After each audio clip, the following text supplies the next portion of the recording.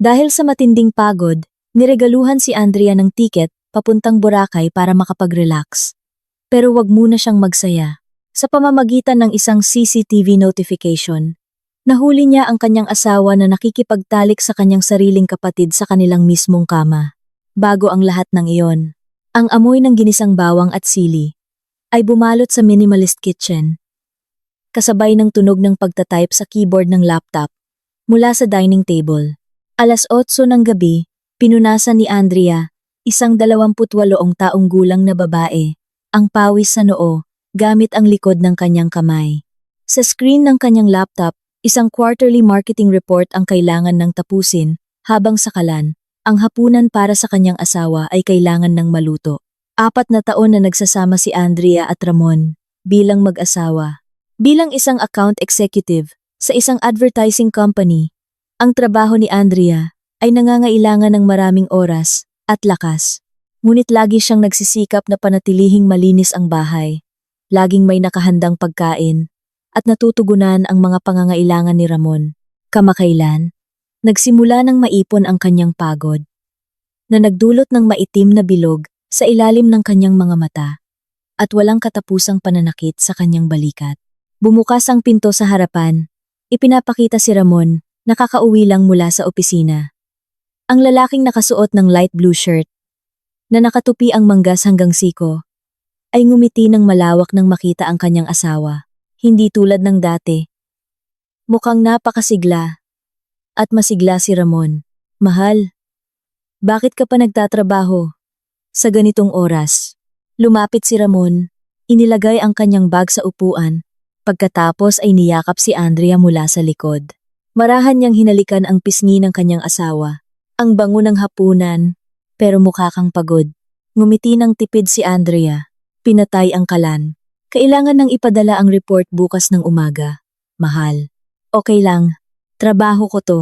Maligo ka na muna. Pagkatapos kumain tayo. Habang naghahapunan, napansin ni Andrea na may kakaiba kay Ramon. Ang kanyang asawa ay tinitigan siya ng hindi pangkaraniwan. Puno ng atensyon na matagal nang hindi nararamdaman ni Andrea ng buo. Kumuha si Ramon ng ulam para kay Andrea. Maingat na nakikinig sa kanyang mga reklamo tungkol sa kliyente. At ilang beses siyang pinuri kung gaano siya kahusay sa pag-aasikaso ng bahay at kareran ng sabay. Minsan nakakaramdam ako ng pagkakasala, Andrea. Biglang sabi ni Ramon, sabay lapag ng kanyang kutsara. Bumaba ang tono ng kanyang boses. Tila napakaseryoso at napakatotoo. Nagsisikap ka para sa atin. Halos kalahati ng hulog natin sa bahay, galing sa sweldo mo. Ikaw ang pinakamaagang gumising, ang pinakamaagang natutulog. Napansin ko na nitong huling mga araw, ay madalas kang maputla. Uminit ang puso ni Andrea. Ang pagod na naipon buong araw, ay tila nawala sa pagdinig ng pag-amin ng kanyang asawa. Mahal, ito ang commitment natin mula sa simula. Tsaka masaya naman ako sa ginagawa ko. Ngunit tinitigan pa rin ni Ramon ang mga mata ni Andrea. Nang mataman, ang isang asawang kasing galing mo ay nararapat lang sa isang magandang pahinga. Sa sulok ng kwarto, si Miko, ang paboritong Persian cat ni Andrea, ay ngumiyaw ng mahina. Sumulyap si Andrea.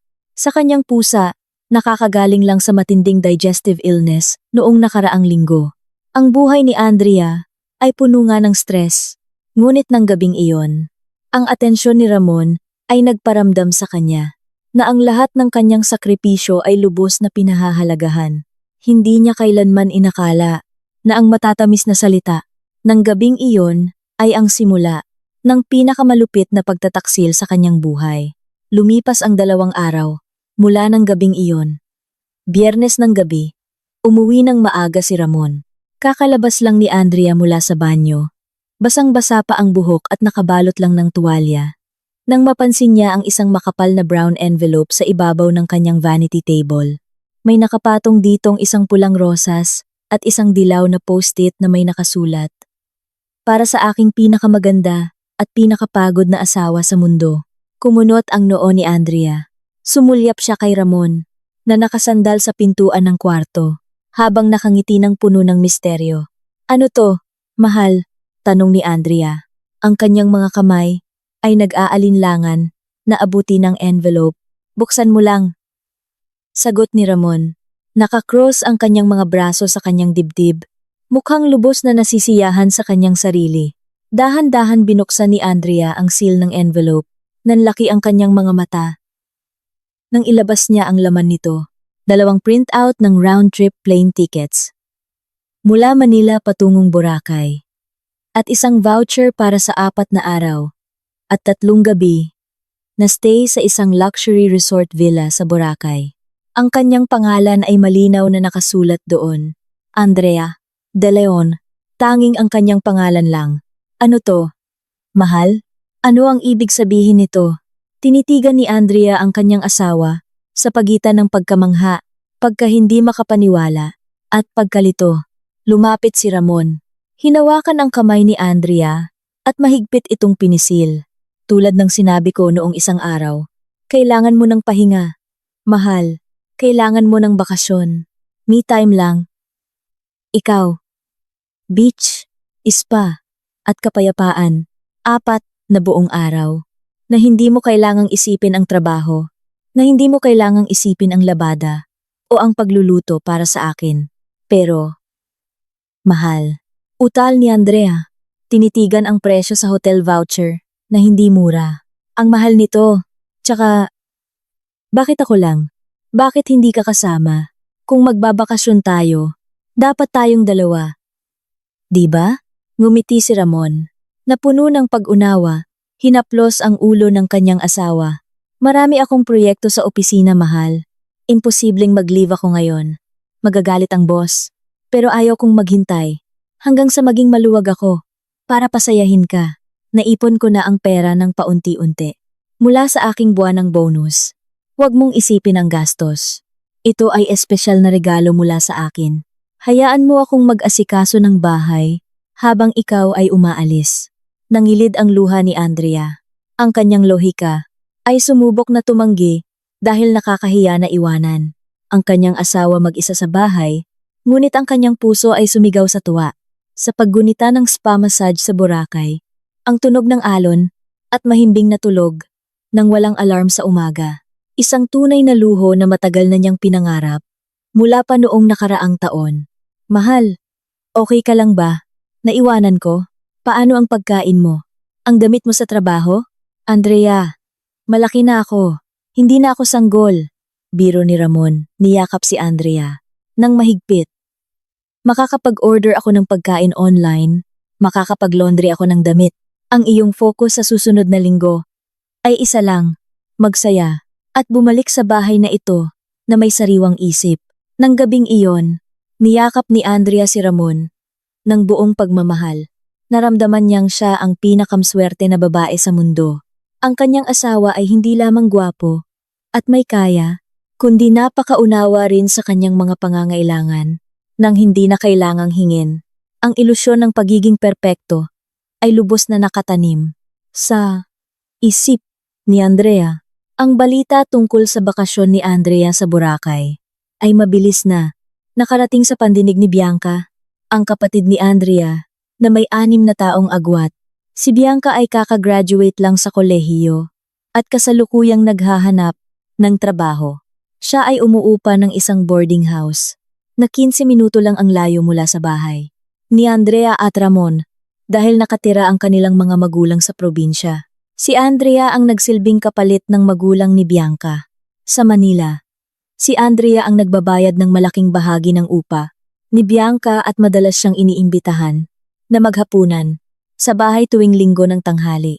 Dumating si Bianca upang bumisita, ang dalagang may tuwid na buhok hanggang balikat at fashionable na pananamit ay agad na pumasok sa kwarto ni Andrea nang may labis na kasiglahan.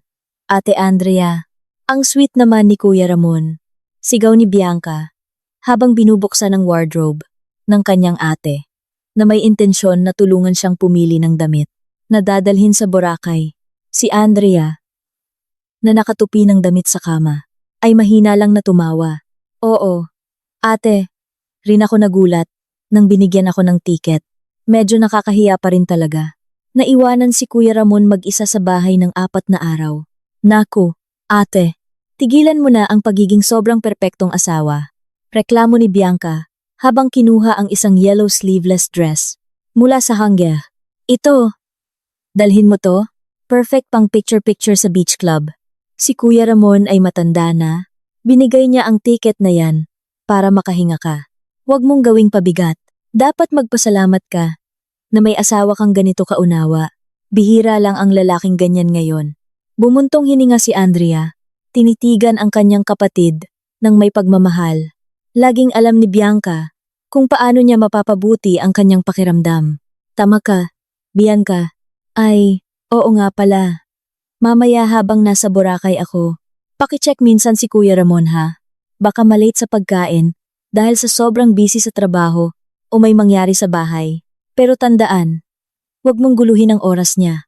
Si Bianca, na nakatayo sa harap ng salamin, habang idinikit ang isang beach dress sa kanyang katawan, ay huminto sandali. Lumingon siya kay Andrea, ngumiti ng malawak na may mga matang nakasara. Opo boss, ako nang bahala. Madali lang yan. Ate, mamaya magdadala ako ng pagkain. Saka dadaan ako kung lalabas ako. Basta Ate Andrea, focus ka lang sa beach. Huwag mo nang isipin ang bahay. Salamat, Bianca. Ikaw talaga ang paborito kong kapatid. Walang anuman. Ate kong mahal. Ay, itong pabango. Hihiramin ko. Ha? Para bukas sa interview? Sabi ni Bianca. Nang masigla habang nag-spray ng mamahaling pabango ni Andrea sa hangin. Napuno ang kwarto ng tawanan. Nang magkapatid, mukhang napakasuporta ni Bianca. Lubos na sumusuporta sa pag-alis ni Andrea. Walang hinala sa kanyang mukha. Walang kakaiba sa tono ng kanyang boses. Ginampanan ni Bianca ang papel ng isang masaya at mapagmalasakit na kapatid ng napaka-perpekto na tinatakpan ang madilim na intensyon na maingat ng naayos. Sa likod ng kanyang matamis na ngiti, may isang maliit na detalye sa buhay mag-asawa ni Andrea na nakaligtaan sa atensyon ni Ramon at Bianca. Isang detalye na sa kalaunan ay magiging armas ng malawakang pagkasira para sa kanilang pagtataksil. Isang linggo, bago ibigay ni Ramon ang tiket sa bakasyon, si Miko, ang Grey Persian cat ni Andrea, ay nakaranas ng matinding pagtatae at pagsusuka. Diagnose ng veterinaryo na si Miko ay may enteritis at nangangailangan ng masusing pagsubaybay dahil kailangan ni Andrea na magtrabaho sa araw. Siya ay nabalot ng labis na pag-aalala. Si Ramon ay hindi gusto ang mga hayop para sa kanya. Ang pusa ay nagpapadumi lang sa bahay. Hindi siya kailanman nag-abala na tingnan ang kalagayan ni Miko, lalo na ang hawakan ito, dahil alam niya na hindi niya maaasahan ang kanyang asawa. Nabantayan si Miko, si Andrea ay nagpasiya na siya mismo ang kumilos. Bumili siya ng 2 smart CCTV camera na napakaliit kasing laki lang ng hinlalaki sa pamamagitan ng e-commerce. Nang araw na iyon, habang si Ramon ay nasa opisina, inilagay ni Andrea ang mga kamera. Isang kamera ay idinikit niya sa itaas na sulok ng bookshelf sa master bedroom, direktang nakatutok sa kama. At sa ilalim ng kama, ang paboritong taguan ni Miko kapag may sakit. Ang isa pang kamera ay inilagay niya sa pagitan ng mga artificial houseplant sa sala, nakatutok sa sofa at TV area. Ang mga kamera ay direktang nakakonekta sa telepono ni Andrea. Sa pamamagitan ng smart home app, ang kamera ay matte black, hindi kapansin-pansin, hindi gumagawa ng tunog, at ang indicator light nito ay pinatay ni Andrea sa pamamagitan ng app settings para hindi makaistorbo. Hindi man lang napansin ni Miko at Ramon na sanay na walang pakialam sa dekorasyon at mga bagay sa bookshelf. Ang presensya ng 2 elektronikong mata. Balak sana ni Andrea na sabihin kay Ramon. Ngunit, dahil ang kanyang asawa ay labis na ayaw makipag-usap tungkol sa mga bagay na may kaugnayan kay Miko, pinili ni Andrea na manahimik. Kailangan lang niya ang kamera. Na yun pansamantala, hanggang sa ganap na gumaling si Miko. Ngunit, ang sorpresa ng tiket sa Boracay ay nagpabago sa focus ni Andrea. Ang kanyang konsentrasyon ay lumipat ng buo sa paghahanda ng bakasyon at pagpasa ng trabaho sa opisina para makapag-leave siya ng payapa. Noong Miyerkules, isang araw bago ang pag-alis, dinala ni Andrea si Miko sa pinakamalapit na pet hotel. Dahil walang mag-aalaga sa pusa, habang nasa Boracay siya, tahasan na tumanggi si Ramon na pakainin si Miko, kaya ang pag-iwan sa kanya ay ang pinakamabuting pagpipilian. Sa gitna ng kaguluhan ng pag-aayos ng maleta, pagtawag sa huling kliyente, at pagtiyak na malinis ang bahay, ang pag-iral ng CCTV ay nawala na lang sa alaala ni Andrea. Cable nito na maayos na nakatago sa likod ng rack, ang maliliit na kamera sa master bedroom at sala, ay nanatiling nakabukas ng tahimik, patusmaksita. Patuloy na nagbabantay, patuloy na nagre-record ng bawat galaw, handa na maging tahimik na saksi sa mangyayari. Kapag umalis ang may-ari ng bahay, isang maliwanag na Huwebes ng umaga, hindi pa masyadong marumi ang hangin sa Maynila. Nang magmaneho ang itim na SUV ni Ramon sa highway, patungong Ninoy Aquino International Airport, sa loob ng kotse. Dahan-dahan na tumutugtog ang jazz music. Napaka-relax ni Ramon sa pagmamaneho. Ang kanyang mga daliri ay paminsan-minsang kumakatok sa manibela. Sumusunod sa ritmo ng kanta. Sumisipol ang lalaki. Nang mahina, mukhang napakasigla sa umaga. Mas sariwa kaysa sa dati. Ang saya-saya mo yata, mahal. Biro ni Andrea, na nakaupo sa passenger seat. Sumisip-sip ng mainit na kape mula sa kanyang tumbler. Aalis ang kanyang asawa. Pero bakit siya sumisipol sa tuwa? Sumulyap sandali si Ramon. Tumawa ng mahina. Oo, masaya ako. Siyempre, sa wakas, ang asawa kong workaholic na to ay makakapagbakasyon at makakapagpahinga. Iniisip ko na nagbababad ka sa jacuzzi habang umiinom ng orange juice. Nakakalimutan ng boss mong masungit kapag nakikita kitang masaya. Mas masaya ako, mahal. Ang mga salitang iyon ay dumaloy ng napakabilis at nakakumbinsi. Muling nalusaw ang puso ni Andrea. Hinaplos niya ang braso ng kanyang asawa nang may pagmamahal. Salamat, mahal. Pangako, pagkatapos kong umuwi mula Boracay, babawasan ko ang pag-overtime. Gusto kong mag-focus sa iyo. Nang makarating sa Terminal 3, dinala ni Ramon ang medium-sized na maleta ni Andrea hanggang sa harapan ng domestic departure gate. Medyo abala na ang airport dahil sa mga manlalakbay. Inilapag ni Ramon ang maleta. Pagkatapos ay hinila ang baywang ni Andrea. Niyakap ang kanyang asawa nang mahigpit sa gitna ng maraming tao. Mag-ingat ka sa biyahe. Mahal, bulong ni Ramon. Hinalikan ng noo ni Andrea. Nang medyo matagal, nagbigay ng impresyon ng isang asawa na lubos na nahihirapan na iwanan ng kanyang asawa. Huwag mong kalimutan na kumain ng masasarap. Huwag ka nang mag-reply sa chat o tawag ko. Kung nag-enjoy ka, ayaw kong makaistorbo. Oo, mahal. Ikaw din, ha? Huwag kang malate sa pagkain. Baka dumaan si Bianca at magdala ng pagkain. Nagbilin na ako sa kanya. Isang maliit na kurba, halos hindi nakikita, ang lumabas sa sulok ng labi ni Ramon. Nang marinig ang pangalan ni Bianca, ngunit mabilis itong tinakpan ni Ramon. Nang malawak na ngiti, na mukhang tapat. Ay, mabuti kung ganon. Sina, pumasok ka na, baka maiwan ka ng flight. Have fun, my love. Kumaway si Andrea. Pumasok sa security check area. Nang may napakagaan na puso, ang bigat ng trabaho. Napalitan na ng euporya ng bakasyon. Nang lumingon siya sa huling pagkakataon, nakita niya si Ramon na nakatayo pa rin doon, kumakaway ng may malawak na ngiti. Bago lumingon, umalis ng may napakagaan at mabilis na lakad, masyadong mabilis, na para bang may isang bagay o isang tao na hindi na makapag-antay, na naghihintay sa kanya. Ilang oras pagkatapos, ligtas na lumapag ang eroplano sa Boracay International Airport. Humugot ng hininga si Andrea sa mainit na tropikal na hangin. Nararamdaman na tila siya ang pinakamswerte na babae sa mundo. Pinatay niya ang airplane mode sa kanyang telepono, nagpadala ng maikling mensahe sa family group at sa kanyang asawa na siya ay nakarating ng ligtas. Hindi alam ni Andrea na habang siya ay nakangiti sa asul na langit ng Boracay, kasabay nito, sa Maynila, sa kanilang sariling kama, nagsimula na ang time bomb. Ang kapayapaan na nararamdaman niya ngayon ay panandaliang kapayapaan lang.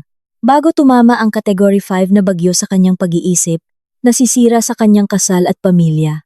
Nang buong buo, sinalubong ng Boracay si Andrea ng mainit na yakap, tropical na hangin, at kulay kahel na sikat ng araw sa langit ng Boracay. Nang makarating sa kanyang luxury resort villa, siya ay inasikaso ng mga friendly staff, binigyan ng maligayang pagdating na juice, at kwarto, na may private pool na direktang nakaharap sa malawak na tropikal na hardin. Lahat ay perpekto, eksakto, tulad ng nasa brochure. Ang bigat sa kanyang balikat ay tila nawala, nadala ng tunog ng alon sa malayo. Matapos magpalipas ng hapon sa pag-enjoy ng sunset sa isang eksklusibong beach club, bumalik si Andrea sa kanyang kwarto. Nag-order siya ng room service na hapunan, na isang plato ng salmon steak at isang baso ng sariwang juice. Habang nakasandal sa malambot na sofa, kinuha niya ang kanyang telepono. 7:30 na ng gabi sa Maynila. Oras na para tawagan ang dalawang pinakamahalagang tao sa kanyang buhay. Ang unang tawag ay para kay Ramon. Nasagot sa ika-4 na ring. Hello, mahal? Ang boses ni Ramon ay narinig mula sa kabilang linya, medyo umuugong, na parang nasa isang saradong kwarto siya. Mahal, anong ginagawa mo? Kumain ka na ba? Masayang tanong ni Andrea. Oo, kakauwi lang. Katatapos lang kumain ng hapunan. Nag-order online. Sagot ni Ramon. Kumusta, Boracay? Maganda ba ang kwarto? Masaya ka, di ba? Sobrang ganda, mahal. Salamat talaga. Bukas ng umaga may schedule ako ng spa. Sure ka ba? Na hindi ka nahihirapan sa bahay mag-isa? Narinig ang mahinang tawa ni Ramon. Hindi talaga. Nagkataon na magmi-meeting ako online sa isang kliyente mula sa ibang bansa. Kaya magpupuyat ako hanggang hating gabi. Magpahinga ka lang ha. I-enjoy mo ang oras mo.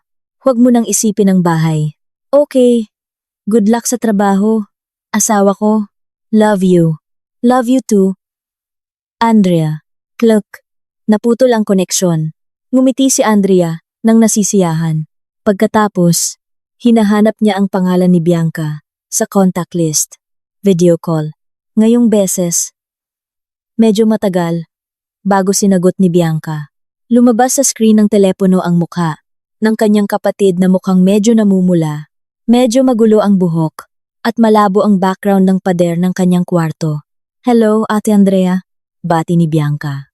Ang kanyang boses ay medyo garalgal, parang tao nakakagising lang. Nako, tulog ka na sa ganitong oras, Bianca? Tumawa ng alanganin si Bianca. Ang kanyang kamay ay mukhang inaayos ang kanyang buhok sa likod ng kanyang tenga. Oo ate, kakagaling lang sa job interview. Pagkatapos ng hapon, agad akong napagod. Grabe ang pagod kakagala sa Maynila. Kumusta Boracay ate? Masaya? Masaya. Siyempre. Ay, bukas o sa susunod na araw. Huwag mong kalimutan na dumaan sa bahay ha. Tingnan mo, si Kuya Ramon. Sabi niya. Sobrang busy niya. Kaya nagmi-meeting online, kahit gabi na. Pakidalan mo. Siya ng tanghalian. O ano? Si. Ate. Mabilis na sagot ni Bianca. Ang kanyang mga mata ay sumulyap sa labas ng screen sandali. Bago tumingin muli sa kamera. Bukas ng tanghali, pupunta ako doon. Dadala ako ng in-order ni Kuya Ramon. Relax ka lang ate. Focus ka sa me time. Sina ate. Sobrang inaantok na ako. Gusto ko nang matulog. Inilapag ni Andrea ang kanyang telepono sa nakas. Ang kanyang puso ay puno ng pasasalamat. Mayroon siyang asawa na masipag at napakaunawa at kapatid na laging maaasahan. Nang may payapa at tahimik na pakiramdam, pumasok si Andrea sa banyo. Binuksan ang mainit na tubig sa bathtub, naglagay ng lavender-scented bath bomb, at naghanda upang tapusin ang kanyang unang gabi. Sa Boracay, nang ganap na pagpapahinga, 11:00 ng gabi, oras ng Pilipinas. Nasa bathtub pa rin si Andrea. Ang mainit na tubig at lavender scent ay lubos na nagpaparelax sa kanyang tense muscles. Pinikit niya ang kanyang mga mata, nakikinig sa mahinang tugtog ng love song mula sa speaker sa sulok ng banyo. Sa marmol na mesa malapit sa bathtub, biglang umilaw ang kanyang telepono Sinundan ng pamilyar na tunog ng denting. Idinilat ni Andrea ang isang mata, tamad. Sa una, ay binaliwala niya ito. Iniisip na ito ay promotion email lang o notification mula sa group chat ng opisina. Ngunit 10 segundo. Pagkatapos, ang tunog ng ting ay narinig muli. Sinundan ng 3 beses. Naramdaman niya ang kaunting pagkaistorbo. Inabot ni Andrea ang kanyang basang kamay. Kinuha ang maliit na tuwalya para patuyuin ang kanyang daliri. Pagkatapos ay kinuha ang kanyang telepono. Sa kanyang lock screen, nakahanay ang 3 notification mula sa smart home app. On, 3 p.m. Motion detected in living room. On, alt, p.m. Motion detected in master bedroom. On, 7 p.m. Motion detected in master bedroom. Kumunot ang noo ni Andrea. Ang maliliit na CCTV camera na para sa pagsubaybay kay Miko. Nakalimutan niya talaga ito. Dahil sa sobrang excited na maghanda kahapon. Sa kanyang pagkakaalala, sinadya niyang i-activate ang motion detection, motion tracker, para automatikong mag-record ang app kapag gumalaw si Miko at magpadala ng clips. Pero nasa pet hotel si Miko, kaya sino ang gumagalaw sa master bedroom? Nagsimulang maghanap ng paliwanag ang lohika ni Andrea. Si Kuya Ramon siguro. Naisip niya. Pero sabi ni Ramon, may meeting siya online. Kadalasang sa office, sa downstairs ginagawa ng kanyang asawa. Ang meeting. Dahil doon ang pinakamalakas ang wifi signal at bihira siyang pumunta sa master bedroom. Hanggang sa matapos ang meeting. Nang hating gabi, ang pag-usisa na may halong, kaunting pag-aalala, ay sumagi sa kanyang isip. Maaari kayang magnanakaw?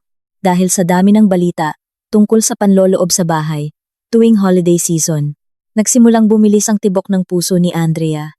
Nang hindi nag-iisip, binuksan niya ang smart home app at pinindot ang button na live view para sa camera ng master bedroom. Nagpakita ang screen ng telepono ng loading circle icon. Sa loob ng ilang segundo, ang mabilis na internet ng villa ay mabilis na nagpakita ng malinaw na larawan. Ang camera ay nakalagay sa itaas ng bookshelf, nagbibigay ng wide-angle view na sumasakop sa pintuan ng kwarto, vanity area, at buong master bed. Ang resolution ay HD, medyo maliwanag, dahil ang ilaw ng kwarto ay mukhang nakabukas ng buo. Biglang nanlamig na parang yelo ang dating mainit na tubig sa bathtub.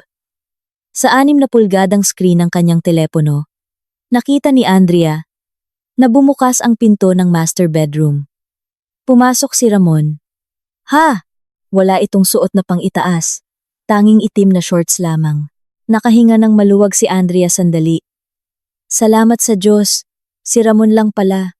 Hindi magnanakaw, isip niya. Ngunit ang ginhawang iyon ay hindi tumagal ng kahit 2 segundo. Dahil mula sa likuran mismo ni Ramon, isang babae ang pumasok sa loob ng kanilang kwarto. Tila huminto ang tibok ng puso ni Andrea. Nanlaki ang kanyang mga mata, nakatingin sa screen ng kanyang telepono, na hindi makapaniwala. Niyakap ng babae si Ramon, mula sa likod. Nang kakalapag lang ng kanyang asawa, ng isang baso ng tubig sa nakas. Hindi siya inalis ni Ramon, hindi siya nagulat, lalo na hindi siya nagalit. Sa halip, lumingon si Ramon, tumawa ng mahina. Nakita ni Andrea ang pag-alog ng balikat nito. Nang kaswal at ginantihan ang yakap ng babae. Nang may pagmamahal, hinahaplos ang kanyang likod. Nagsimulang manginig ng husto ang kamay ni Andrea. Halos mahulog niya ang kanyang telepono sa tubig. Sino ang babae na yan? Ano ang ginagawa ni Ramon? Ang tahimik na sigaw ay umalingaw-ngaw sa ulo ni Andrea.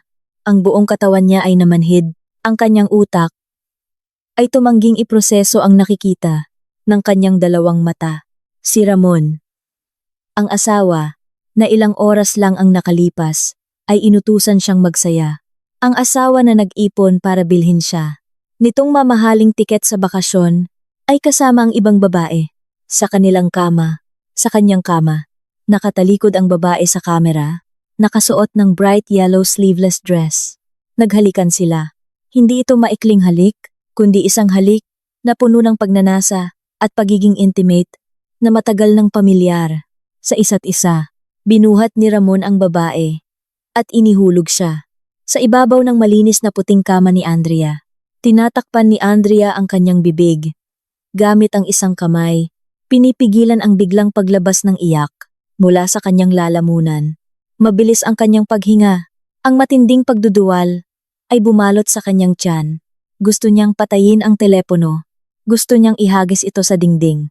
Hanggang sa magkapira-piraso, hindi niya kayang makita ang kanyang asawa na hinahawakan ng ibang babae sa pinakabanal na lugar ng kanilang kasal.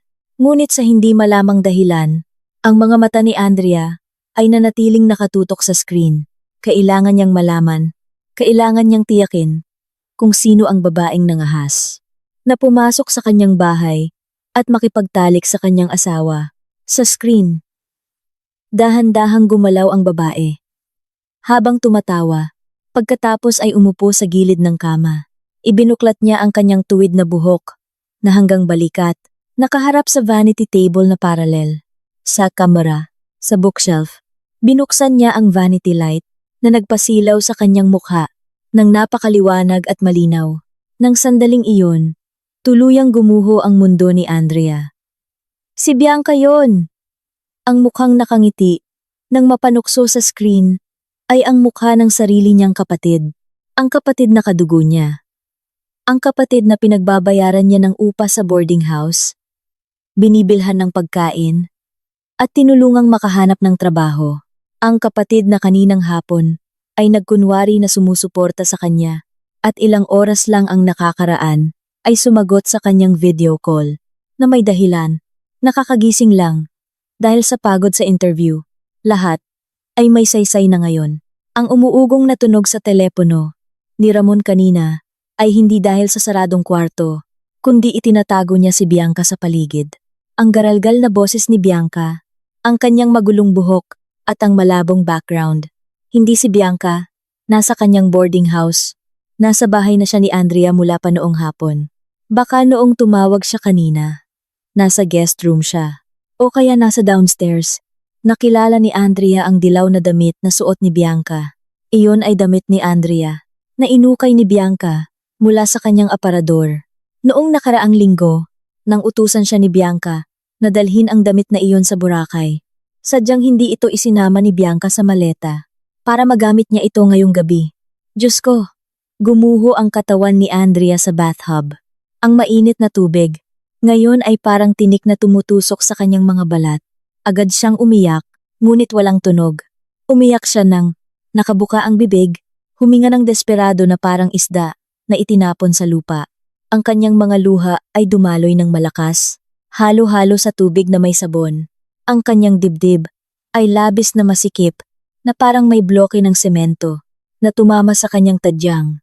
Sa screen na patuloy na nakabukas, walang awa, lumapit si Ramon kay Bianca. Kinuha ni Bianca ang isang bote ng pabango sa vanity table, ang mamahaling pabango ni Andrea na hiniram niya sa dahilan na gagamitin sa interview. Pagkatapos ay nag-spray sa kanyang leeg habang tumatawa. Nang lambing kay Ramon, hinalikan ni Ramon ang leeg na iyon. Sa kanyang kama, sa kanyang bahay, doble ang pagtataksil. Ang pagtataksil ng asawang labis na minamahal ay isang bangungot, ngunit ang pagtataksil ng sariling kapati na kanyang pinalaki at inalagaan na parang sariling anak, iyon ay impyerno. Isang mental na krimen na higit sa kakayahan ng pag-iisip ng tao. Umiikot ang ulo ni Andrea. Ang mga alaala ng nakaraan ay nag-flash na parang sirang pelikula. Si Ramon na laging magalang kay Bianca. Si Bianca na madalas bumisita sa dahilan na namimiss siya, ngunit marahil ay hinahanap niya si Ramon, ang biglaang tiket sa bakasyon na binili ni Ramon. Lahat ay hindi dahil sa pagmamahal ni Ramon kay Andrea. Sadyang pinalayas ni Ramon siya sa bahay para makipagtalik siya nang malaya sa kanyang kapatid, nang walang balakid. Ang tiket na ito ay hindi regalo, kundi bayad sa upa ng kwarto. Para alisin siya, sumuka si Andrea. Yumuko siya at isinuka ang lahat ng laman ng kanyang tiyan. Sa labas ng bathtub, na nagbasa sa malamig na marmol na sahig, nanginginig ng husto ang kanyang katawan. Inatake siya ng matinding panik, na tila nakakapilay. Naramdaman niyang marumi, bobo, at nawasak mula sa loob. Kinailangan ng halos 20 minuto para makontrol ni Andrea ang kanyang paghinga. Ang sahig ng banyo ay magulo na, ngunit wala siyang pakialam. Lumabas siya sa bathtub. Nang may natitirang lakas, kinuha ang makapal na bathrobe at binalot ang kanyang nanginginig na katawan. Kahit na medyo mainit ang hangin sa Boracay, naglakad siya ng hirap patungo sa malambot na kama ng villa. Ibinagsak niya ang kanyang katawan doon. Sobrang bigat ng telepono sa kanyang kamay. Ang screen ng app ay nagpapakita pa rin ng live view. Ngayon, ang kamera ay nagre-record ng nakakadiring eksena na hindi karapat-dapat makita ng sinuman, lalo na ng isang lehitimong asawa at isang kapatid. Si Ramon at Bianca ay naghaharutan sa ilalim ng kumot ni Andrea.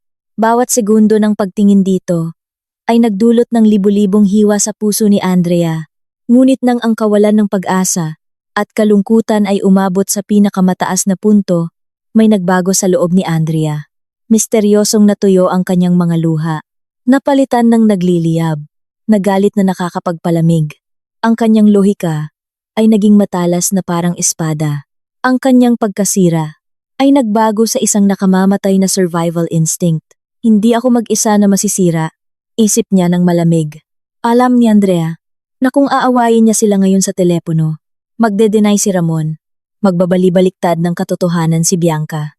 Lilinisin nila ang bakas, burahin ang lahat, at gagawing mukhang baliw na babae si Andrea, na sobrang selosa. Kailangan niya ng higit pa sa akusasyon. Kailangan niya ng ganap na ebidensya na sisira sa kanila. Nang lubusan, nanginginig pa rin ang kanyang mga kamay, ngunit kumikilos nang may nakakatakot na presisyon. Hinawakan ni Andrea ang pulang record icon sa smart home app. Sinimulan niya ang live recording, screen record, mula sa kanyang telepono. Hinayaan niya ang video na tumakbo, nag-record ng buong 10 minuto. Ang eksena ni Ramon, ang mukha ni Bianca, ang malabong usapan nila na na-record, mikropono kamera, lahat ay napunta sa gallery ng telepono ni Andrea. Pagkatapos ng sapat na oras, itinigil ni Andrea ang live recording. Pagkatapos, ay lumipat siya sa replay button. Naglalaman ang app na ito ng mga recording sa cloud storage system. Sa loob ng huling 7 araw, ibinaba ni Andrea ang timeline sa mga nakaraang araw. Sinuri niya ang recording mula Lunes, Martes, at Miyerkules nang nasa opisina siya. Ang resulta ay muling nagpatigil sa paghinga ni Andrea. Noong Martes ng tanghali, habang nagpe-present si Andrea sa isang importanteng kliyente, ni-record ng kamera sa sala si Bianca na dumating sa bahay, si Ramon, na may dahilan na work from home, sinalubong siya sa TV room na iyon. Sa sofa kung saan kadalasang nanonood si Andrea ng K-drama, ginawa nila ang bastos na gawain. Hindi lang nila ito ginawa ngayon lang. Ang bakasyon sa Boracay na ito ay ang rurok lang ng kanilang kabastusan para magkaroon ng ganap na kalayaan sa gabi. Sa master bedroom, nang walang takot, na umuwi si Andrea. Bigla, isa-isa, dina-download ni Andrea ang lahat ng video clips. Dose-dosenang video na may 2,003 minutong tagal. Hindi niya hinayaan na makalampas ang kahit anong ebidensya. Pagkatapos ng lahat ay nasave sa local gallery, binuksan ni Andrea ang Google Drive app. Gumawa siya ng bagong folder na pinangalanang mahalagang dokumento at in-upload ang lahat ng video doon bilang backup kung may mangyari sa kanyang telepono. Ang orasan sa sulok ng screen ng telepono ay nagpapakita ng 2 AM. Tapos na ang trabaho ni Andrea ng gabing iyon. Kumpleto na ang mga ebidensya. Maayos na nakahanay na parang mga kaso sa mesa ng investigador.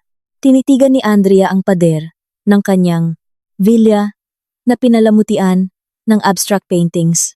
Walang laman ang kanyang tingin na tumagos sa espasyo at oras. Ang masiglang dalaga na noong isang araw ay kumakaway sa airport ng may magaan na puso ay patay na sa loob ng bathtub. Ang natira na lang ay isang babaeng nilamon ng paghihiganti, handang gibain ang buhay ng 2 pinakamalupit na taong nakilala niya. Walang sigawan.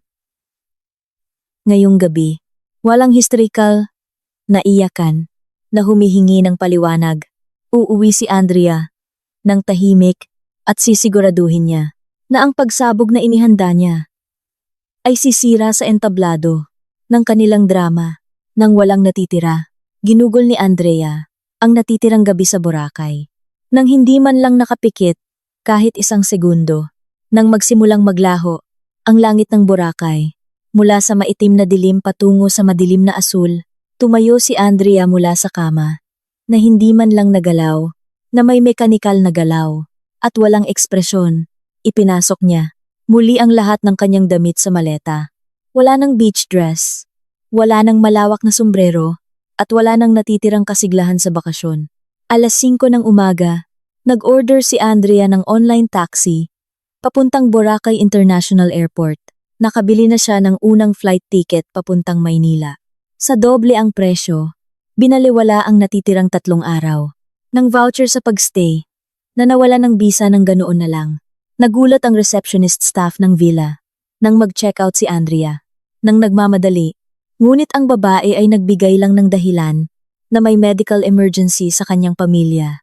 Isang dahilan na sa teknikal ay hindi naman ganap na kasinungalingan. Ang kanyang pag-iisip ay nasa kritikal na kondisyon. Ligtas na lumapag ang eroplano sa NAIA 8:00 ng umaga.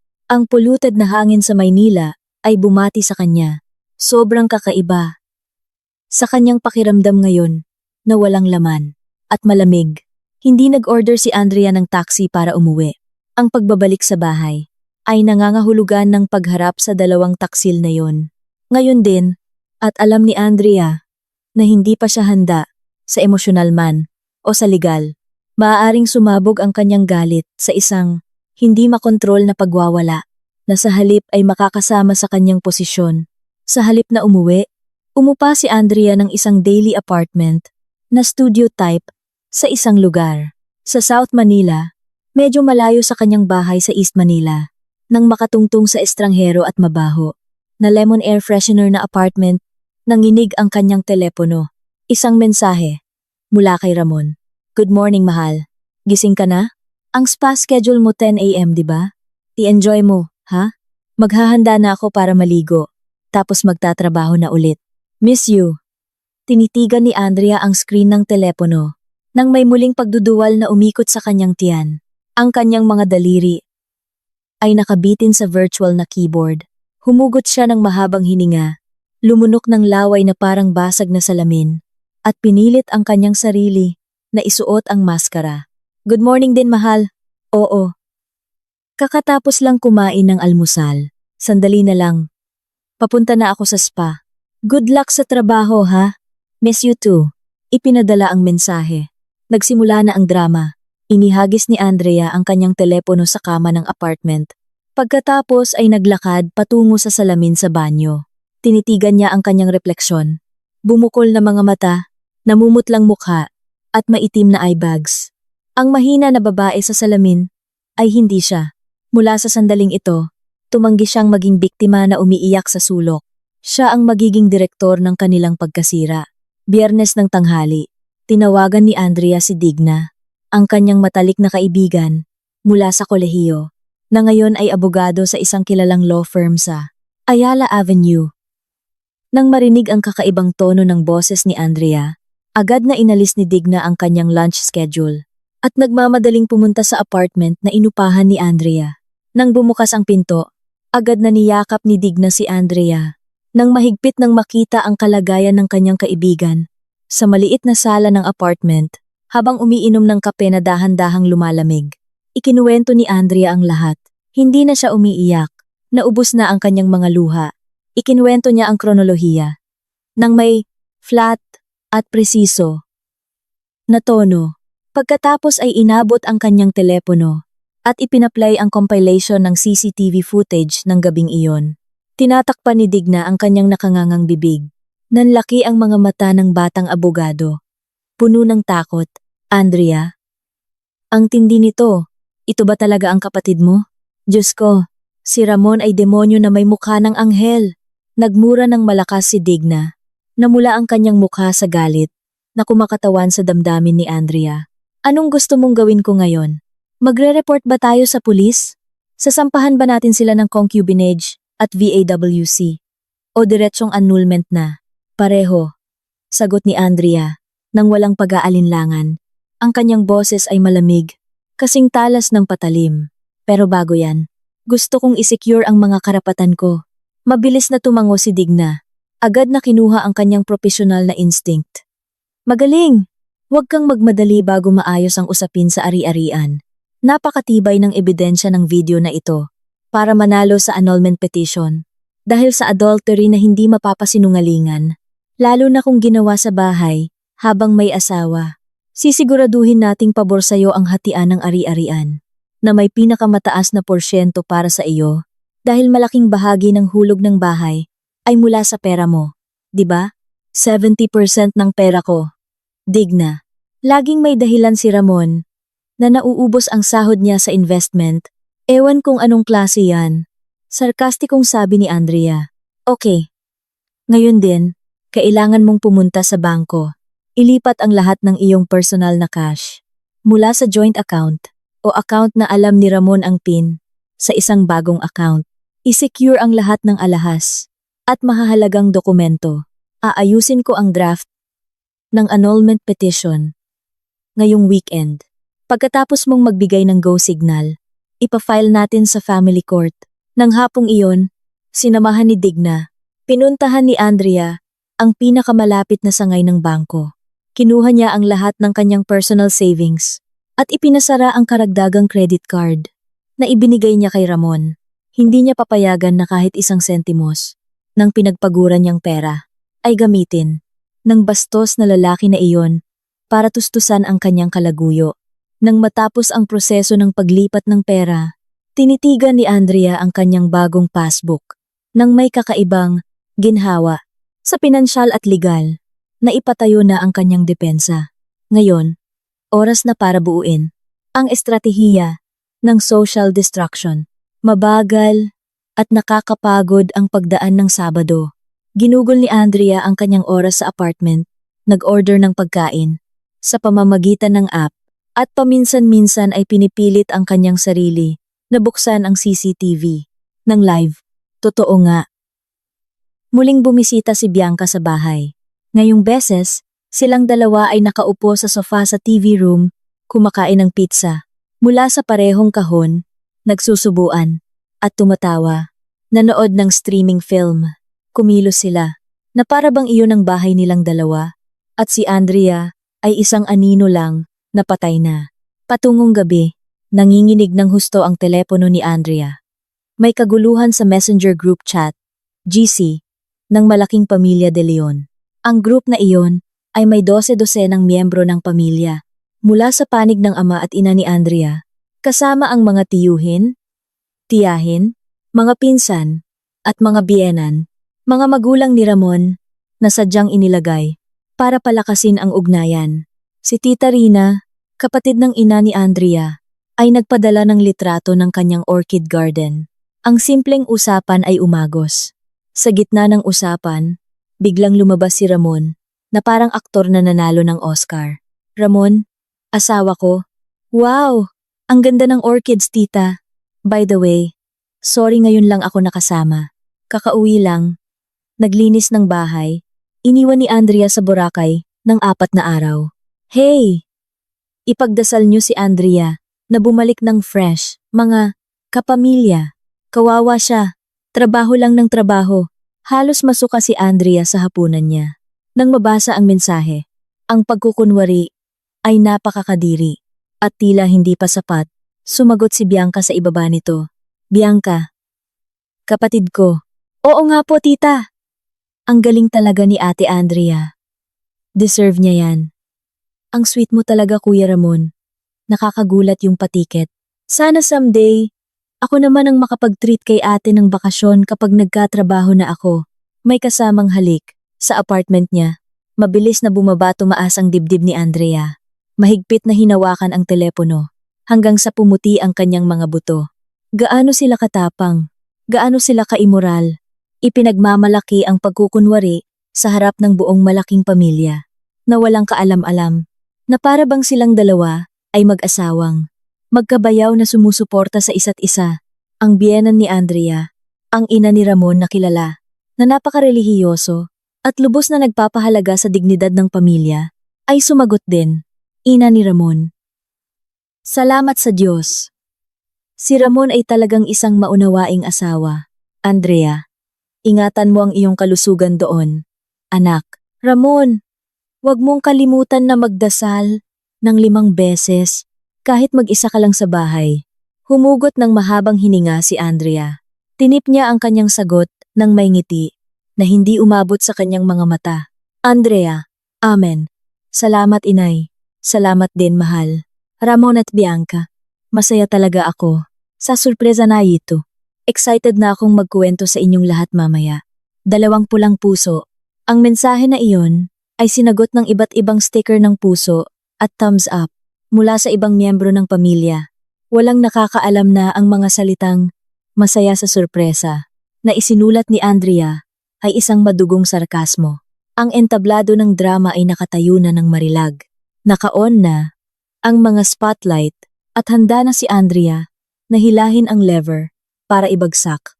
Ang guillotine, ang linggo, ay isang kritikal na araw para sa mga pamilyang Pilipino. Ito ang araw kung kailan bumabagal ang mga aktibidad, nagpapahinga ang mga tao sa bahay, pagkatapos ng morning exercise, o pag-uwi mula sa simbahan, at ang pinakamahalaga, hindi nila binibitiwan ang kanilang telepono. 10:00 ng umaga, nakaupo si Andrea nang nakakrus ang mga binti sa kama ng kanyang apartment. Sa harap niya, naka-on ang laptop screen na nagpapakita ng isang simpleng video editor app. Buong gabi, sinuri at pinutol niya ang 12-dosenang CCTV clips.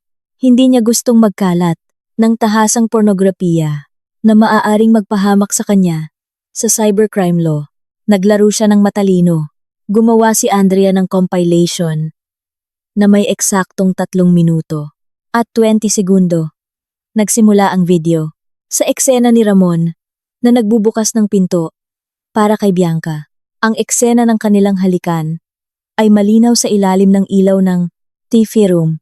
Ang lambing na usapan ni Bianca na narinig sa mikropono ng CCTV nang suot niya ang pajama ni Andrea hanggang sa eksena ni Ramon na binuhat si Bianca patungo sa master bed sa kwarto at sadyang pinutol ang video bago pa man sila maghubad sa kama. Ang mukha ng dalawa ay malinaw na ipinakita sa HD resolution 1080p. Walang malabong pixel. At para makadagdag sa psychological effect, nagdagdag si Andrea ng timestamp sa sulok ng video na nagpapatunay na ang mga eksena ay nangyari habang si Andrea ay nasa Boracay. At sa mga araw na nagtatrabaho si Andrea sa opisina, ang laki ng file ay nakakompress na para madaling ma-download sa WhatsApp. Inilipat ni Andrea ang file sa kanyang telepono. Ang puso ni Andrea ay mabilis na tumibok na parang tunog ng tambol ng digmaan. Bumulwak ang malamig na pawis sa kanyang noo. Ang pagpindot sa send button ay nangangahulugan na walang balikan. Ito ang magiging pinakamalaking iskandalo ng pamilya sa dekada na ito.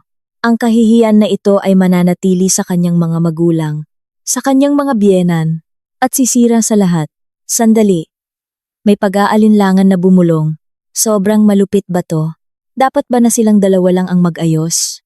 Pagkatapos ang alaala ni Bianca, na nag-spray ng kanyang pabango, ang halik ni Ramon, na umalingaw-ngaw sa kanyang kwarto, at ang mensahe na puno ng kasinungalingan sa group chat kagabi, ay muling umikot sa kanyang isip. Hindi. Wala silang awa. Nang makipagtalik sila sa aking kama, bakit ko kailangan isipin ang reputasyon nila? Nang may matatag na kamay, binuksan ni Andrea ang group chat ng malaking pamilya de Leon. Inilakip niya ang video na may 3 minutong tagal. Sa caption, maingat niyang tinipe ang mensaheng inihanda niya. Kalakip ang video. Magandang araw po sa inyong lahat mga tita, tito, at sa buong pamilya. Pasensya na po sa pang-iistorbo ngayong linggo. Gusto ko lang pong magpasalamat ng lubos sa asawa kong si Ramon para sa tiket sa Boracay. Ito pala ang dahilan kung bakit pilit mo akong pinaalis ng bahay. At sa aking paboritong kapatid na si Bianca, congratulations sa inyong dalawa. Sana nag-enjoy kayo sa mismong kama ko. Paalam. Isang hininga. Pinindot ni Andrea ang green paper plane icon na ipadala. Agad, pinatay ni Andrea ang cellular data at wifi sa kanyang telepono. Nagdilim ang screen. Ang katahimikan ng apartment ay biglang naging napakalakas. Isinandal niya ang kanyang likod sa headboard ng kama, pinikit ang kanyang mga mata, at pinakalma ang sarili. Habang iniisip ang bawat galaw, na nagbibigay ng oras para sa video na maglaro, makaapekto, at sumabog sa katinuan ng 12-dosenang tao sa iba't ibang sulok ng Maynila. Lumipas ang 5 minuto. Idinilat ni Andrea ang kanyang mga mata. Muling binuhay niya ang kanyang internet connection. Sa loob ng ilang segundo, ang kanyang telepono ay parang sinapian. 12-dosenang notifikasyon ang pumasok, ng sunod-sunod, na lumilikha ng walang tigil na tunog ng ding, na parang fire alarm. Ang Messenger app ay sandaling nag-freeze sa loob ng ilang segundo. Dahil hindi kayang iproseso ang dami ng mensahe na sabay-sabay na pumapasok. Sa pinakataas na linya, makikita ang group chat ng malaking pamilya de Leon. Ang bilang ng notifikasyon ay nagpapakita ng 150 bagong mensahe. Nang buksan ni Andrea ang group chat, ipinakita ng screen ang brutal na mass hysteria. Tita Rina. Diyos ko po. Andrea, anong video to? Anak, si Bianca ba talaga yan? Tito Henry. Diyos ko. Ramon. Bastard ka. Tita Sara biyenan ni Andrea. Pakibura ang video ngayon. Kahihiyan ito ng pamilya. Diyos ko. Ramon. Anak ko. Bakit ka ganito? Burahin mo, Andrea. Ina ni Ramon. Inatake ako sa puso. Andrea. Na-ospital ako. Hihintayin kita dito sa ER. Tatay. Ama ni Andrea. Ramon. Nasaan ka ngayon? Lumabas ka sa bahay ng anak ko. Bianca. Umuwi ka ngayon din oh. Babawiin ko ang karapatan mo bilang anak, Tita Cristina. Naku. Kinilabutan ako sa nakita ko. Paano nangyari na sariling kapatid? Ang mga komento ay dumaloy. Nang tulad ng baha. May nagmumura. May umiiyak sa maingay na voice note. May abala sa pag-uutos na burahin. At mayroon ding nagulat na walang masabi. Ngunit huli na ang utos ng biyenan na burahin ang video. Kapag naipadala na, automatiko itong na-save sa memory. Ng 12-dosenang telepono, ang kahihiyan ay permanente nang nakatatak sa digital. Bukod sa group chat, ang personal chat panel ni Andrea ay dinumina ng 2 pangalan, Ramon at Bianca. Silang dalawa ay nagtawagan ng salit-salit. Mayroong higit sa 50 missed calls mula kay Ramon sa huling 5 minuto at 30 mula kay Bianca. Binuksan ni Andrea ang kanyang personal na chat kay Ramon. Mukhang nawala sa katinuan ng lalaki. Ramon, Andrea, nasaan ka? Andrea! Sagutin mo ang tawag ko. Pwedeng ipaliwanag yan, Andrea. Sumpa, hindi yan tulad ng nakita mo. Andrea, pakikuha ang video sa group chat. Inatake sa puso ang nanay. Na-ospital siya, Andrea. Nagmamakaawa ako. Kunin mo ang video. Gusto mo ba akong sirain? Andrea, patawarin mo ako. Nagkamali lang ako. Nagkamali. Ginawa ng paulit-ulit sa iba't ibang araw. Maingat na itinago. At pinadali ng mamahaling tiket sa bakasyon. Hindi iyon pagkakamali. Iyon ay isang planong pinag-isipan. Ngumiti ng malamig si Andrea. At binasa lang ang mensahe. Nang hindi man lang sumasagot ng kahit isang letra. Ang scene receipt na may asul na checkmark ay ang pinakamalakas na psychological slap na kaya niyang ibigay. Pagkatapos ay binuksan niya ang mensahe mula kay Bianca. Bianca, Ate Andrea, humihingi ako ng tawad ate. Pinagbantaan ako ni Kuya Ramon. Ate, pinilit ako ni Kuya Ramon ate. Please, kaawaan mo ako. Ate, susuntukin ako ni tatay. Ate, Ate Andrea. Maipapaliwanag ko. Ate, napakalakas na tumawa si Andrea nang mabasa ang mensahe ng kanyang kapatid. Pinagbantaan?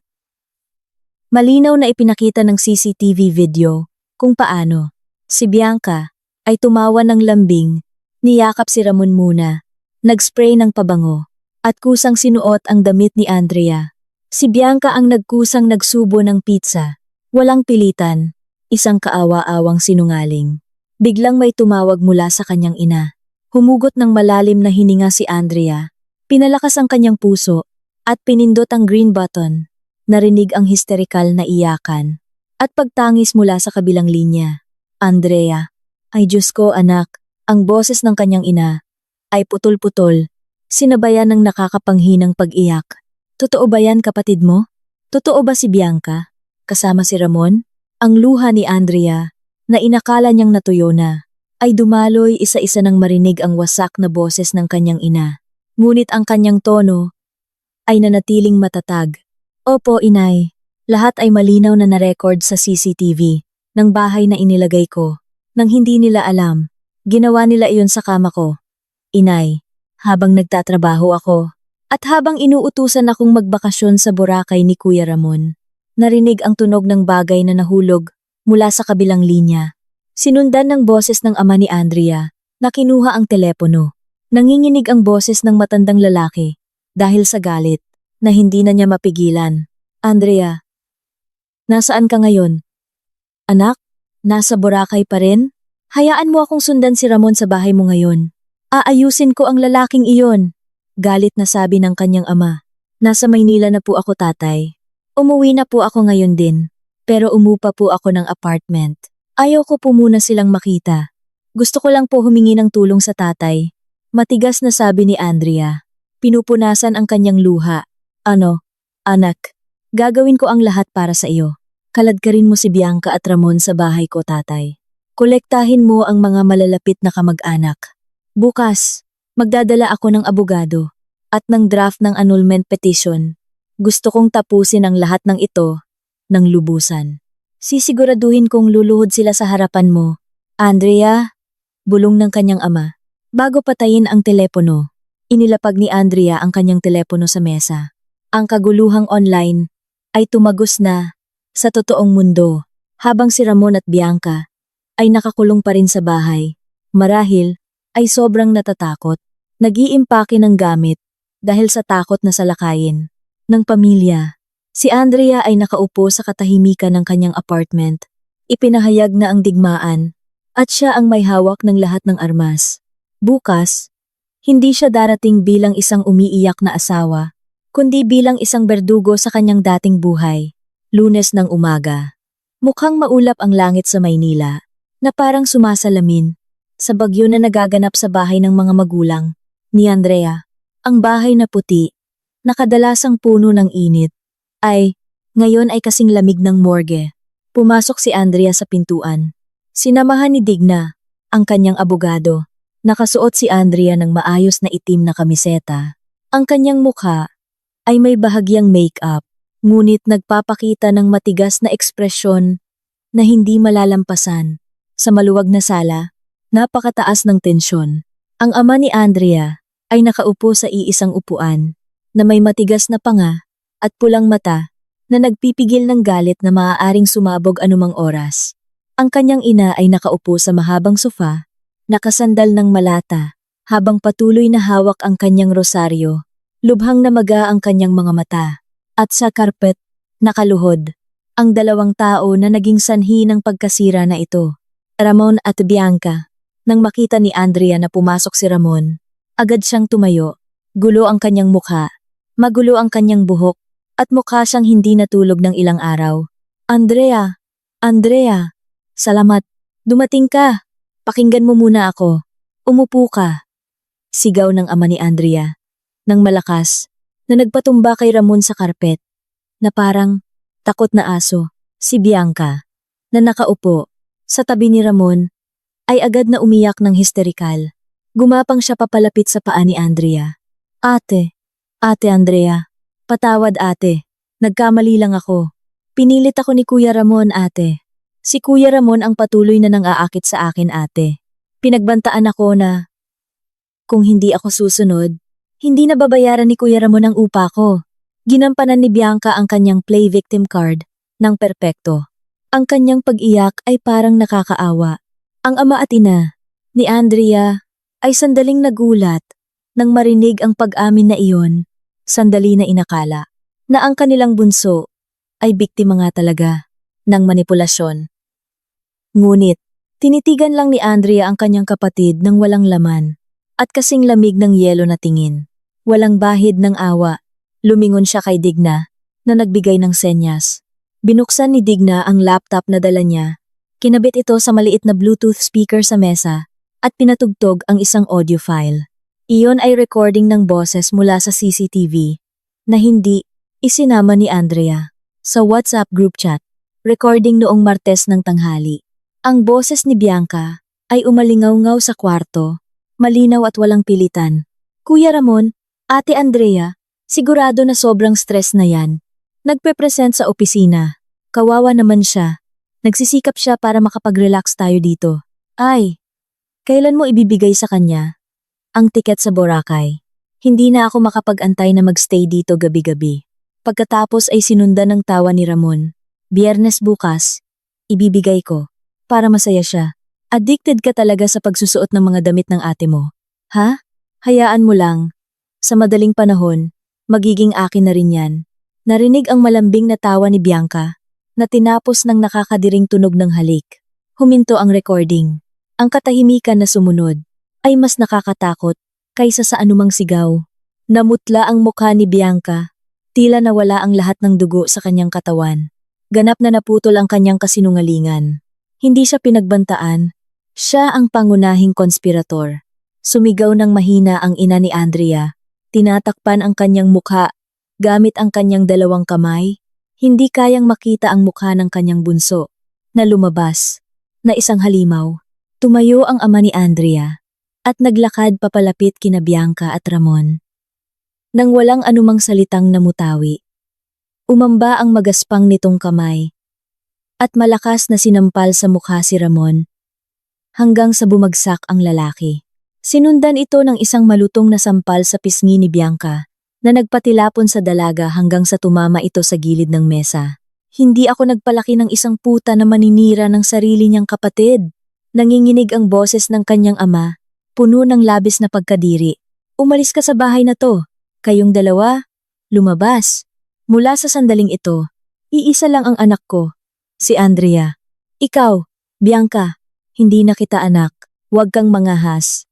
Na tumapak sa bahay na ito hanggang sa iyong kamatayan.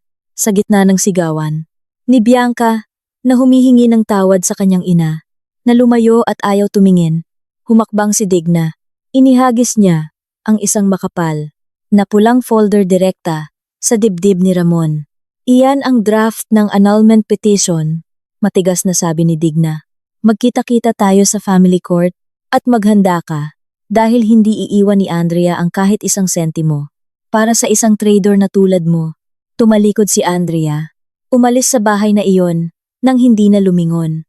Ang pinto ng kanyang nakaraan ay sarado na nang mahigpit na kinulong si Ramon at Bianca sa impyerno na sila mismo ang lumikha para sa pamilya ni Ramon na may matibay na religious background.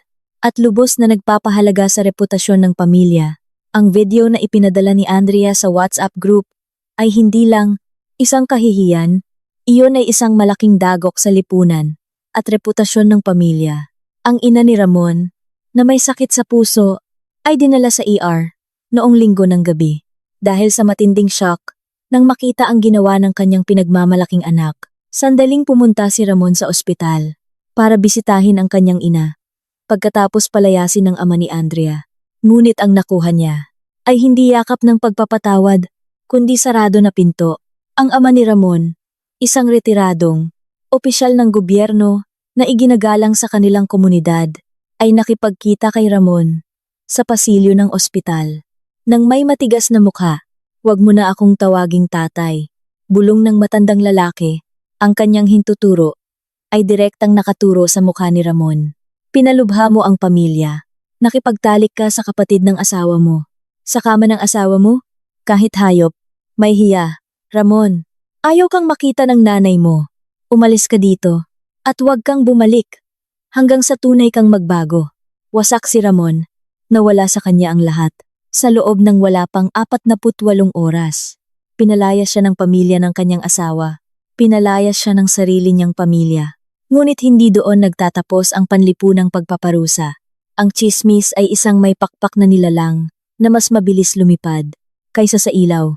Sa hindi malamang paraan, marahil mula sa isa sa mga kamag-anak na hindi kayang magtago ng sikreto, ang kwento tungkol sa affair ni Ramon sa kanyang hipag ay kumalat hanggang sa pandinig ng ilang kasamahan niya sa trabaho. Ang opisina na dati ay gumagalang kay Ramon bilang isang matalinong young manager ay unti-unting naging toxic environment para sa kanya. Narinig ang bulong-bulungan tuwing siya ay dumadaan sa mga cubicle. Hindi maiiwasan ang mapanlait na tingin mula sa kanyang mga babaeng kasamahan. Ang kanyang boss, na kamag-anak ng isa sa mga kliyente ni Andrea, ay maingat na inilipat si Ramon sa mga proyekto na walang saysay na pinutol ang kanyang daan sa promotion sa dahilan na hindi stable ang psychological condition ni Ramon sa isang murang boarding house na kanyang inupahan nang nagmamadali dahil hindi siya nangahas na bumalik sa bahay ni Andrea at hindi makauwi sa bahay ng kanyang mga magulang. Tinitigan ni Ramon ang kanyang refleksyon. Sa basag na salamin, wala nang lalaking may kaya na may magandang asawa. Ang natira ay isang lalaking itinapon na ipinagpalit ang kanyang perpektong buhay para sa panandaliang kasiyahan na ngayon ay naging nakamamatay na lason. Ang proseso ng paglilitis sa family court ay nagpatuloy nang may bilis na bihira mangyari. Napakalakas ng ebidensya ni Andrea. Ang malinaw na CCTV video, audio recording, dagdag pa ang testimonya mula sa pamilya na nagpapatunay sa katotohanan ng video ay nagparamdam kay Ramon na wala siyang legal na basehan. Sa malamig na courtroom, nakaluhod si Andrea ng diretso ang likod. Sinamahan ni Digna. Nakaupo si Ramon sa tapat niya, mukhang mas payat. Ang kanyang mga mata ay laging nakayuko. Iniiwasan ang tingin ng hukom, lalo na ang tingin ni Andrea. Hindi nag-hire ng magaling na abogado ang lalaki. Alam niyang hindi siya mananalo. Ang tunay na labanan ay sa paghahati ng ari-arian. Lalo na ang bahay na 4 na taon nilang tinitirhan. Sinubukan ni Ramon na i-claim na may karapatan siya sa kalahati ng bahay dahil nakapangalan ito sa kanila. Ngunit inihanda ni Digna ang nakamamatay na atake. Inilabas niya ang bank account statements, proof of transfer, at payslips na malinaw na nagpapakita na 75% ng down payment at buwan ng hulog ng bahay ay mula sa personal account ni Andrea. Higit pa roon, nagsumite rin si Digna ng ebidensya na ginastos ni Ramon ang bahagi ng kanyang sahod para bayaran ang maikling rental apartment at nag-transfer ng ilang pera kay Bianca. Nang makita ang record ng mga transaction, namula ang mukha ni Ramon sa hiya.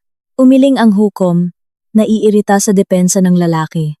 Sa pagsasaalang-alang ng lahat ng ebidensya na isinampa ng nagsasakdal at ang ebidensya ng paglabag sa kompromiso sa kasal, sa anyo ng adultery na nakasama sa nagsasakdal. Sa moral at material, ang tunog ng gavel ng hukom ay umalingaw-ngaw. Sa kwarto, nagtatakda ng nakagagapos na desisyon. Ang petisyon para sa annulment ay pinapayagan. Ang bahay ay buong mapupunta kay Andrea na may maliit na kompensasyon na kailangan. Bayaran ni Andrea kay Ramon. Ang halaga ay napakaliit kumpara sa presyo ng bahay. Kinakailangang bakantihin ni Ramon ang bahay. Sa loob ng 3 araw, ng araw na kinuha ni Ramon ang natitirang gamit niya, wala si Andrea sa bahay. Nag-hire na siya ng technician para palitan ang lahat ng lock ng pinto, gate code, at tanggalin ang smart home access mula sa lumang numero. Nang si Ramon ay lumabas sa gate ng bahay na iyon, habang dala ang 2 malaking maleta niya, sumulyap siya sa balcony ng master bedroom sa huling pagkakataon. Nagsimula ng umulan, nang mahina na parang hinuhugasan ang kanyang mga bakas. Mula doon magpakailanman, nawala sa kanya ang asawa, na tapat, ang komportabling bahay, at ang maliwanag na hinaharap, lahat dahil sa kanyang kasakiman. Pagkatapos, kumusta naman si Bianca? Ang buhay ng kapatid na nagtaksil ay hindi rin masaya. Matapos paalisin, nang walang galang mula sa kanyang pamilya, napilitan si Bianca na maghanap ng bagong boarding house na mas mura dahil ang subsidiya kay Andrea at mga regalo mula kay Ramon ay tuluyan ng naputol. Sirang-sira ang kanyang reputasyon. Ang kanyang malaking pamilya ay binlock ang kanyang numero ng telepono. Nang mag-apply siya ng trabaho, ang ilang HR na nagkataon ay may network sa corporate world ng Maynila ay lihim na nag-background check sa digital aga. Kahit na hindi malawakang kumalat ang video sa publiko. Ang tsismis ng nakakatakot na iskandalo na nakipagtalik sa bayaw ay sapat na para umatras ang ilang kumpanya, ayaw tumanggap ng problemadong empleyado.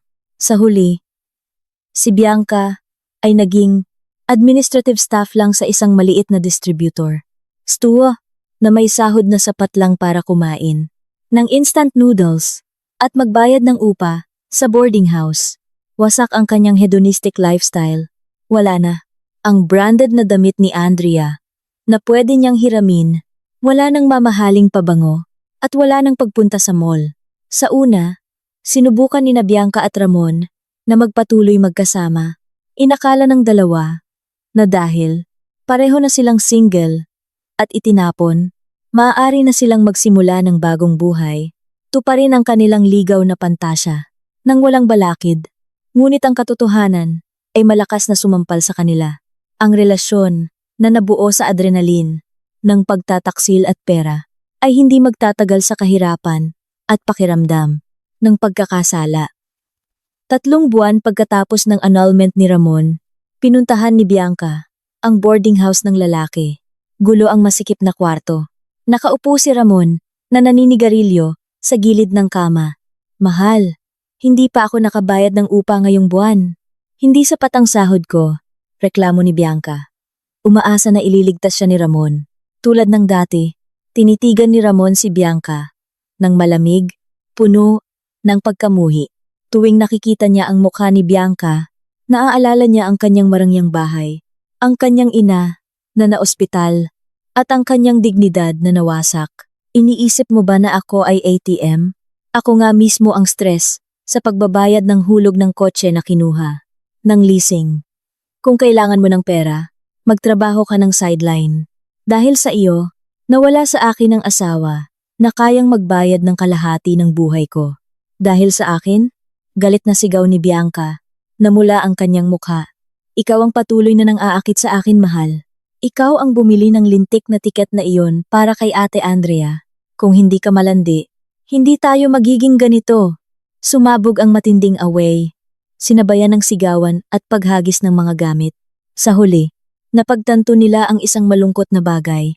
Hindi nila kailanman talaga minahal ang isa't isa. Minahal lang nila ang sensasyon ng paglabag sa mga hangganan. Nang mawala ang mga hangganan na iyon at napalitan ng realidad, ng pagpapatuloy ng buhay, ang natira ay puro pagkadiri. Nang gabing iyon, lumabas si Bianca mula sa boarding house ni Ramon habang umiiyak, napagtanto na itinapon niya ang isang mapagprotektang kapatid. Para sa isang duwag na lalaki, na ngayon ay itinapon din siya. Nag-iisa siya sa mundong ito. Ang natitirang bahagi ng kanyang buhay ay patuloy na gagambalain ng label na mang-aagaw ng asawa ng kapatid. Ang karma ay gumagana ng tahimik, ngunit lubhang nakamamatay. 1 taon pagkatapos, Mayo 2026, ang kaguluhan sa Terminal 3 ng Ninoy Aquino International Airport ay muling naging saksi, ngunit sa pagkakataong ito ay may ibang enerhiya. Nakatayo si Andrea sa harap ng international flight schedule screen. Nakasuot siya ng beige long coat sa ibabaw ng black turtleneck shirt, ipinartner sa trendy na itim na salamin na nakalagay sa kanyang ulo. Ang kanyang mukha ay mukhang nagniningning, nagpapalabas ng aura ng isang babae na hindi lang gumaling sa kanyang mga sugat, kundi bumangon din para maging ang pinakahindi matatalo na bersyon ng kanyang sarili. Sa tabi niya, isang luxury polycarbonate cabin luggage ay nakatayo ng tuwid. Ang karera ni Andrea ay mabilis na umakyat pagkatapos ng kanyang annulment, nang hindi na kailangang asikasuhin ng asawa, anak, at mag-isip ng kasinungalingan. Ang kanyang focus sa trabaho ay nagbunga. Kakapromote lang niya bilang partnership director. Sa kanyang ahensya, mabilis na lumaki ang kanyang kita at ang kanyang bahay ay ganap na na-renovate. para maging isang payapang pahingahan para sa kanya lang at kay Miko. Ang kanyang paboritong pusa na ngayon ay malusog at mataba na. Nanginginig ang telepono sa kanyang bulsa ng coat. Isang video call mula sa kanyang ina. Gumit si Andrea. Inilipat ang green button. Lumabas ang mukha ng kanyang ina. Mukhang mas sariwa at masaya. Kumpara noong nakaraang taon. Hello, inay! Masayang bati ni Andrea. Nasa waiting area ka na. Anak, anong oras ang boarding? Tanong ng kanyang ina, na ngayon ay pansamantalang nakatira sa bahay ni Andrea sa Maynila para samahan ang kanyang panganay na anak. Papunta na po ako sa immigration, inay. Isang oras na lang, boarding na, mag-ingat ka sa biyahe. Huwag mong kalimutan na kumain ng tama. Maraming picture-picture sa Switzerland. Nagbili ng tatay mo na kung may gwapong foreigner, pwedeng lumapit-lapit? Biro ng kanyang ina. Tumawa ng malakas si Andrea. Isang magaan na tawa, nang walang pasanin. Naku, tatay, magbabakasyon lang po ako, inay. Hindi po ako maghahanap ng jowa. Gusto ko po munang maglaro sa snow. Sige na. I-enjoy mo ang oras mo, mahal. Karapat-dapat ka sa lahat ng ito. Have fun, ha? Si Miko, safe kasama si inay sa bahay. Salamat, inay. Ipagdasal niyo po na maging maayos ang biyahe. Bye! Pinatay ni Andrea ang telepono. Humugot siya ng mahabang hininga. Nalanghap ang amoy ng kape mula sa airport cafe. At ang simoy ng kalayaan. Sandaling lumipad ang kanyang alaala sa tiket sa Boracay. Isang taon na ang nakalipas. Isang ilusyon na tiket na binili ng isang taksil para alisin siya. Isang tiket na nagdala sa kanya sa pinakamadilim na araw ng kanyang buhay. Sinubukan ni Andrea na kumustahin si Ramon mula sa mga kamag-anak. Ilang buwan na ang nakakaraan. Balita ko, baon na baon daw ang lalaking yon sa mga online lending apps, OLA, matapos masisante sa trabaho. Samantala, si Bianca, hindi na niya kailanman narinig ang pangalan na iyon at wala siyang pakialam. Silang dalawa ay alikabok lang sa kanyang nakaraan. Nanilinis na niya ng lubusan. Ngayong beses, walang tiket na binili ng isang manipuladong asawa. Ang business class ticket sa kanyang kamay ay binili mula sa kanyang sariling pinagpaguran. Walang CCTV app na kailangan niyang subaybayan. Walang pag-aalala kung ano ang nangyayari sa kanyang bahay dahil walang lobo na nagkukubli sa balat ng tupa na iniwan niya doon. Ang anunsyo mula sa loudspeaker ay umalingaw-ngaw. Tinatawag ang mga pasahero ng flight papuntang Zurich, Switzerland, na maghanda na. Sa departure gate, mahinang ngumiti si Andrea. Kinuha niya ang hawakan ng kanyang maleta at humakbang pasulong. Nang matatag, ang kanyang mga boots ay tumunog sa marmol na sahig ng airport nang may ritmo ng tagumpay. Tapos na ang bagyo. Gumuho man ang kanyang bahay na gawa sa karton, nakapagtayo naman siya ng isang matibay na konkretong palasyo mula sa mga guho nito. Ngayon, handa na siyang lumipad at hanapin ang sarili niyang kaligayahan.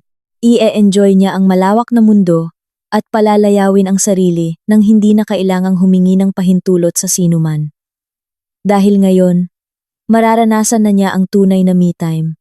Isang tunay na pagtatapos sa bagong kabanata ng kanyang buhay. Ano ang masasabi niyo sa paghihiganti ni Andrea? Kung kayo ang nasa posisyon ni Andrea, pipiliin niyo ba ang A? Diretsyong kausapin sila ng gabing iyon sa telepono. O B? Pigilin ng emosyon, mangolekta ng ebidensya, at ipahiya sila sa family group. Isulat ang inyong sagot sa comment section ngayon din.